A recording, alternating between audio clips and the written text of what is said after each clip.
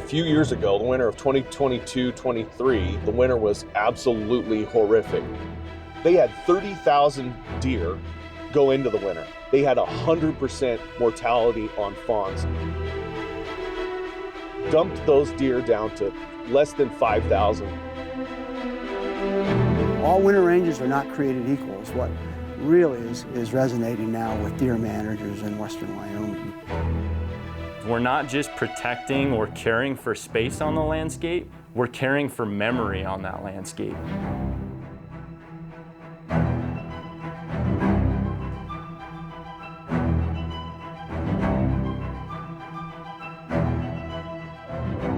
The real issue with that is how long does that take to come back?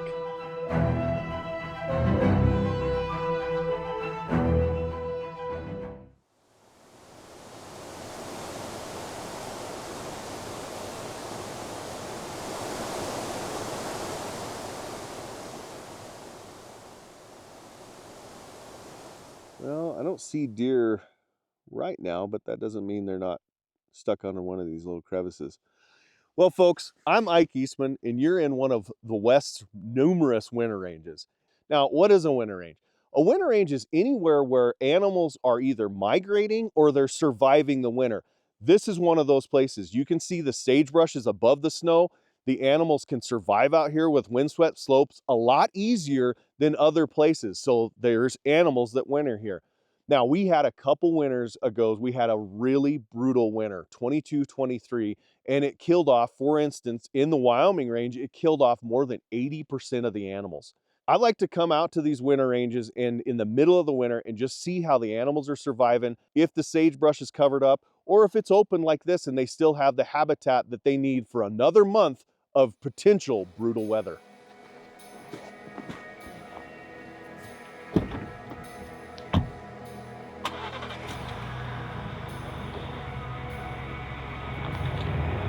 This is the winter of 2024-25. It's really interesting. Wyoming especially has some of the largest migratory animals in North America. The winters are so key to how a population grows and shrinks. I know this looks like we're in Siberia right now, but this is the end of February. This is actually really good. There's not a ton of snow. It's not crusted over. It's 18 degrees. This is a pretty mild winter. 22-23, it was horrific. There would have been 3 foot of snow on the ground and all the sagebrush would have been covered. Everything would have been covered. And then it warmed up enough and then got really cold.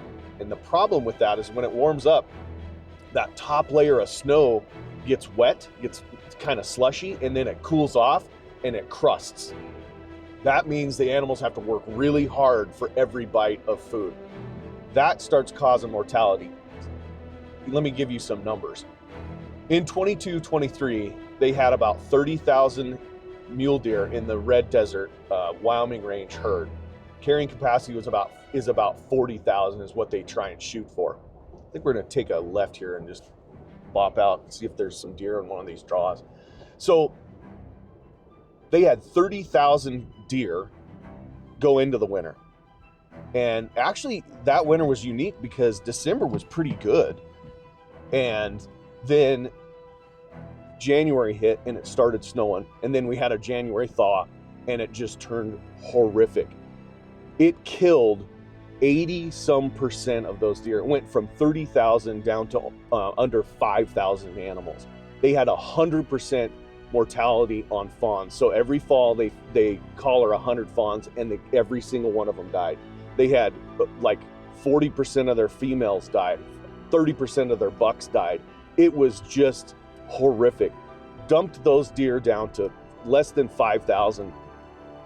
And the real issue with that is how long does that take to come back?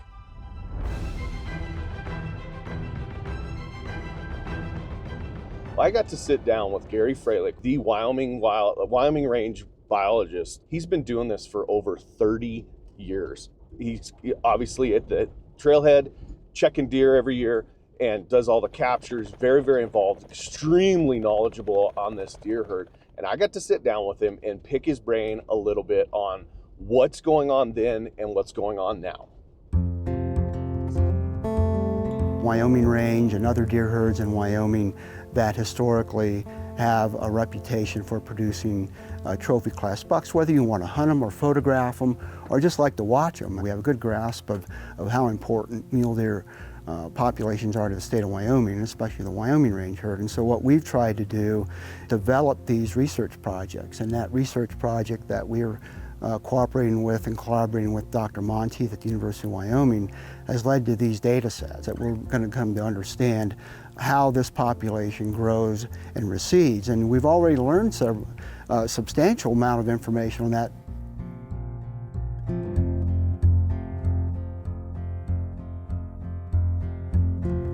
The Wyoming Range herd has been a special sort of management opportunity.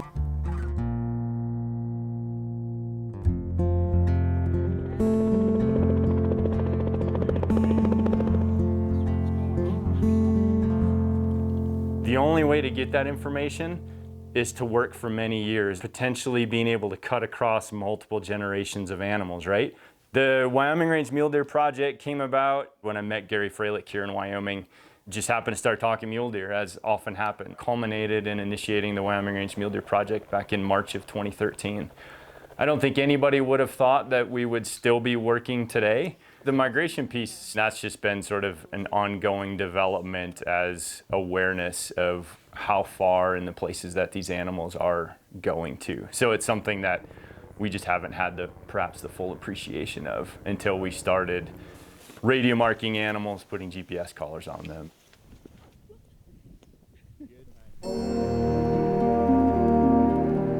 Dad, what you've known about these migrations for a really, really long time. Let's talk about some of the stuff that you've seen. Back when I was growing up, you were able to hunt in the corridors in November, and the season ran until the end of December on the winter ranges, if you can believe that. Back in those days when we could hunt during November and December, as soon as it got 15 below or colder, it seemed like suddenly they all started showing up on the winter range. It was like they flipped a switch. Then they, of course, have to eat several times a day, and when it got 25 below, everybody showed up for the party. I do know some of those bucks come out early because Popeye, he's very noticeable, and a buddy of mine saw him the last year of his life within 15 miles of the winter range, 12th of November. That picture is taken on the western side of the Salt River Range. He had to go over that mountain range, down the other side, cross the Grays River, up over the Wyoming Range, and back down. Wintered around the Big Piney or something? Yeah, wintered down there by LaBarge. Now, there was a lot of guys hunting Popeye that year in the high country, but nobody took him. Suddenly, in November on the winter range, here he shows up with that 41-inch outside spread. You know, nobody ever took Popeye. We had a bad April storm come in, and Popeye was 11 years old and just didn't make it.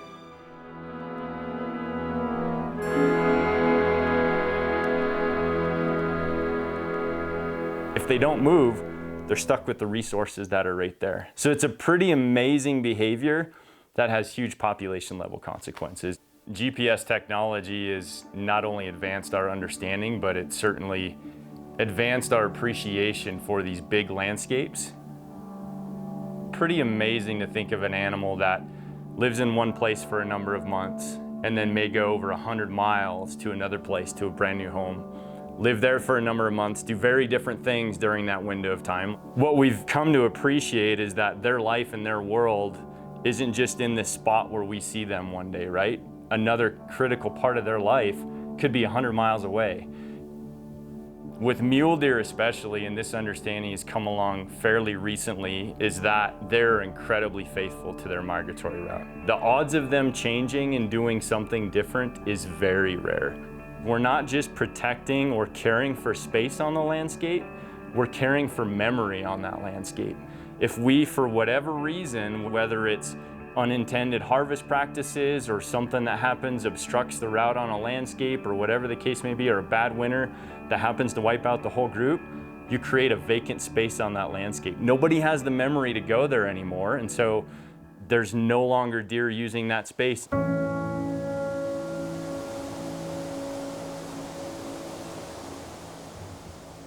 All winter ranges are not created equal is what really is resonating now with deer managers in western Wyoming, you know.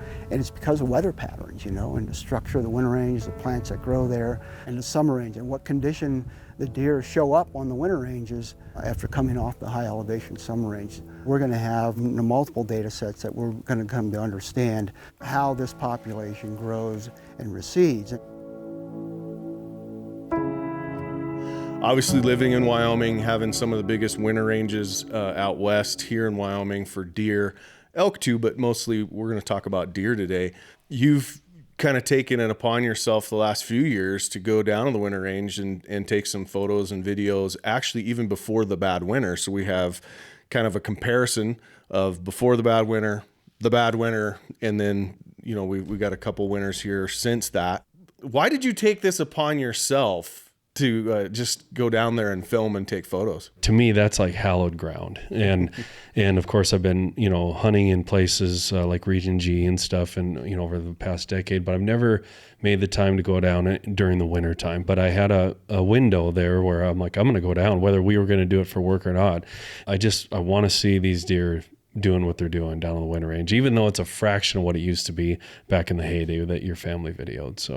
So what did you notice before this big bad winter of 22 to the winter of 22 to what you saw this year? That bad winter, the major die-off. And then last winter, 2024, at the same time, I didn't go back out, partially because we knew the die-off numbers. And even though, because of how they have the winter range shut down, so you can't just be chasing these deer all over the place, which is a good thing, it's still, you know, you try not to disturb them much, stick to the main roads, and you're not trouncing through the snow after them or nothing. Yeah, last year, because it was so bad, I didn't even want to go down there then. Even just a little bit, you might be disturbing them when you're on the highway or a county road. You know, I didn't want to push that envelope. And I think a lot of people that like to look at the deer were in the same situation. And so now this year we'd heard, you know, we've had favorable weather conditions. So this winter I went back down there. Man, was it encouraging what I was seeing.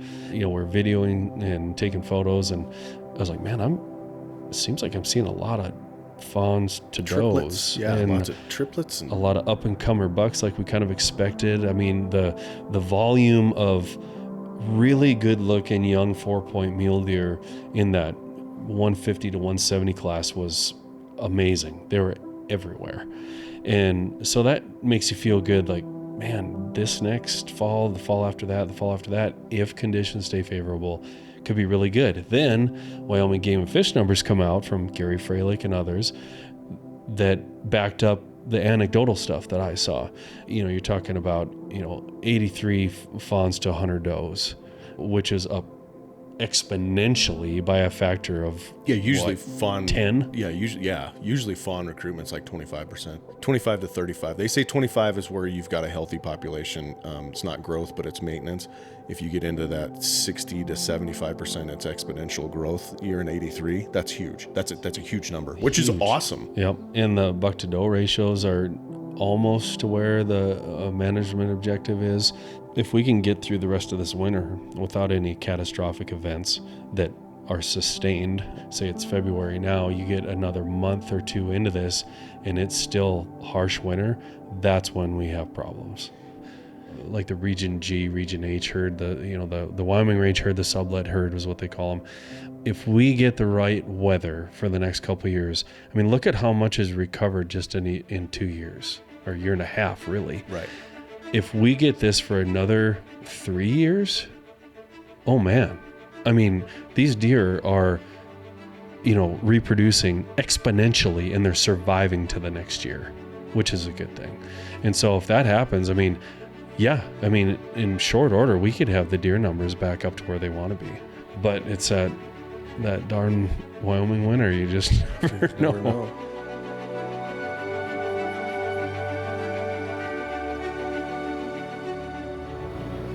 Gosh, we can't affect the winners, right? We have no control over that. What can we do that make these deer's life better? Habitat's huge. Planting of new sagebrush. And sagebrush is so vital to their winter range. It takes almost 10 years for a sagebrush plant to go from infancy to where it starts producing seed. So one of the other things that as wildlife managers can control is wildlife predation. And that means predators on the landscape and how they are affected. Our ungulate population growth and management, obviously they come into play. They're part of the ecosystem. And it's a really complex conversation. I get to sit down with Kevin Monteith at a recent Muley Fanatics banquet, and him and I get to talk about predators. He did his PhD in the Sierra Nevadas on mule deer, and predators were a huge factor in that population decline. We also talk about what they did on the Wyoming Range during when those does are dropping their fawns. So check out that podcast. It's on Eastman's Journal podcast edition. I sit down with Kevin and we talk about predators. We talk about habitat. You trophy hunters, pay attention. We talk about how you can time when to burn your points in Wyoming. Now, back to predators. The other podcast I think you'll be really interested in, I sit down with Dan Picard, who did a research project on Montana and how predators are affecting Montana, Utah, in the current studies that they're doing in those states on predators, and specifically coyotes, grizzly bears, black bears, and mountain lions. So check that podcast out. Let's go see if we can find some deer.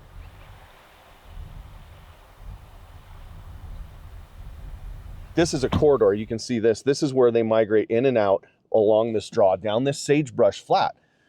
But the problem with corridors is they're also very pretty places to build houses. Well, they dumped money into, for instance, Fremont Lake around Pinedale. They were going to make it a subdivision. Come to find out, with these collared deer, that was a huge migration corridor, and it was a pinch point. Corridor meaning a pinch point in where they migrate. So they bought the property and they left it open so these deer can move freely in and out. The other thing they do that we can do as humans is overpasses or underpasses, where these deer aren't affected by highways as much as they have been in the past. So they can find a place that safely cross these very, very busy highways. Driving in conditions like this, it's not easy, especially at night with blowing snow and all that. It gives these deer a place to cross the highway freely, over it or under it. Other things that they can do is fences. Fences are a huge barrier for these animals. You talk about a fence being buried in 2 foot of snow and then the animal having to jump it and they get tangled up in the top wire. There's friendly fences, and you don't have to have all of your fence being completely smooth wire on the top. Obviously, it's more ideal, but you can just find these corridors where these deer are. You make the top wire smooth, or you make a smooth pull on the top so that when the deer hits it with their legs as they're jumping, elk, antelope, whatever, they don't get caught up into it. It's just so easy for us to do these things, and there's federal money. If you're a landowner, there is grants that they will help you build these fences with a smooth wire or a pole on top during the corridors. So this winter range looks really, really good, and see if we can find some deer.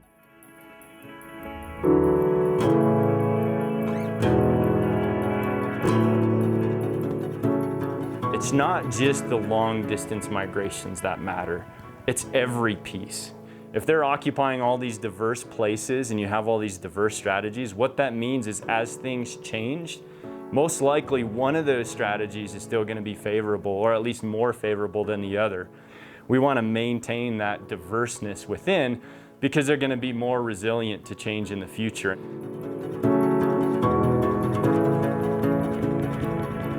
I think the whole idea of deer management, has really come home since the research and the data we've been able to collect in that, and how the Game and Fish Department is managing this population by, making sure that we can close the deer season before the migration. We want to make sure that we don't run the deer season into the elk hunt, because there's an influx of elk hunters. We really haven't been hunting does, or the reproductive segment of the population, for well over 20 years. And one way to guarantee that they're going to persist on the landscape is to ensure that we don't expose them when they're most vulnerable. Well, obviously, this is the type of fence I was talking about, the smooth top rail, which allows the wildlife to cross it easy or not get hung up. The cool thing about these fences, and actually all of this, the fences, the highway crossings, all of this, the collaboration from NGOs like Muley Fanatics to state agencies, the highway departments, even down to the energy industry, the private landowners who are getting grants from the NRCS to do these fences. It's just a wonderful thing. So thanks for joining me today and coming along with me to the Winter Range and seeing all the impacts that we have as humans on this landscape, as well as how these deer are recovering because of the things like Muley Fanatics and other organizations are doing. So make sure you donate your time and money so that this continues to happen and we can grow our wildlife to those carrying capacities.